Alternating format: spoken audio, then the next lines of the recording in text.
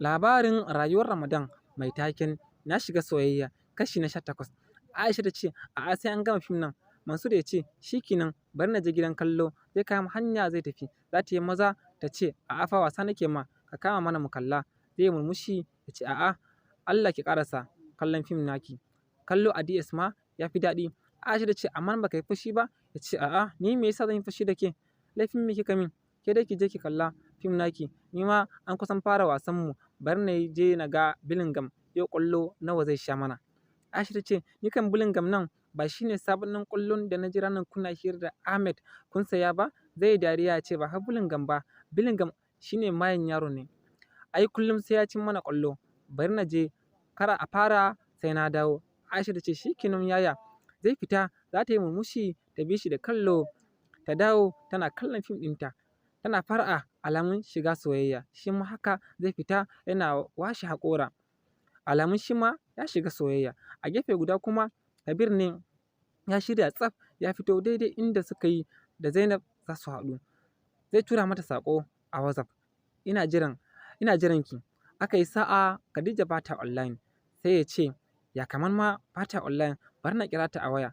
Kafin ya kira, kiran Zainab zai shigo wayansa. Yana wajen. "Ya, kana wajen ko? Gani nan ni ma kusa da wajen." Kabir ya ce, "Ni yanzu na kai sama da awa 10 ina jiran ki." Zainab ta ce, "Kai yaya, to gani nan duba bayanka." Yana dubawa zai ganta. Zai tarbe ta su je su zauna a wani wajen hutawa. Wajen ya haɗu sosai ga wasu fulawoyi a kewaye da wajen. Gwanin ban sha'awa. Suna zama za a kawo musu abin sha. Zainab za ta gaishe sa. Ya amsa. Zainab ta ce, "Na ji mamaki da na kalli kiranka." Kabir zai yi shiru. Ita da muke WhatsApp da ita ko kuma ba ta san namba ta biyu nake da su ba. Ranar na haddace numbanta a wayan Mansur. Bari kawai na faɗa mata. Kabir ya ce, "Ina ranar da kika kira Mansura? Ai da ni muka yi waya. Ina kallon numbanki na haddace. Shi yasa na kira ki da layin Zainab." Ta ce, "Lallai ka ce da babban mutum nake tare. A cikin 'yan sakonni ka haddace namba na?" Kabir ya ce, "Haba, me a cikin dan na haddace namban nan? Amma fa kin yi kyau sosai. Kayan ya karɓe ki." Zainab kuma kunya zai kama ta. Ta rufe fuskarta ta ce, "A hakan ai ka fi ni. Ga ka sai wani ƙamshi kake yi kamar wani sabon ango." Gaba ɗayansu za su ɗebe da murmushi da shiga yanayin alamun su ma sun shiga soyayya. Bayan sun gama Kabir ya ce, "Ya kamata na kai ki gida."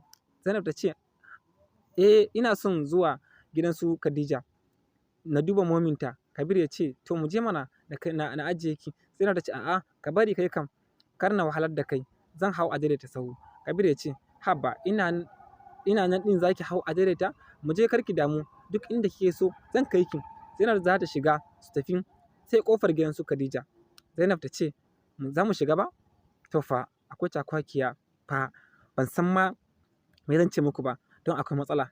Shin zai shiga gidan asalin wacce suke chatting a matsayin Zainab? Khadija za ta gan su ne ko yaya?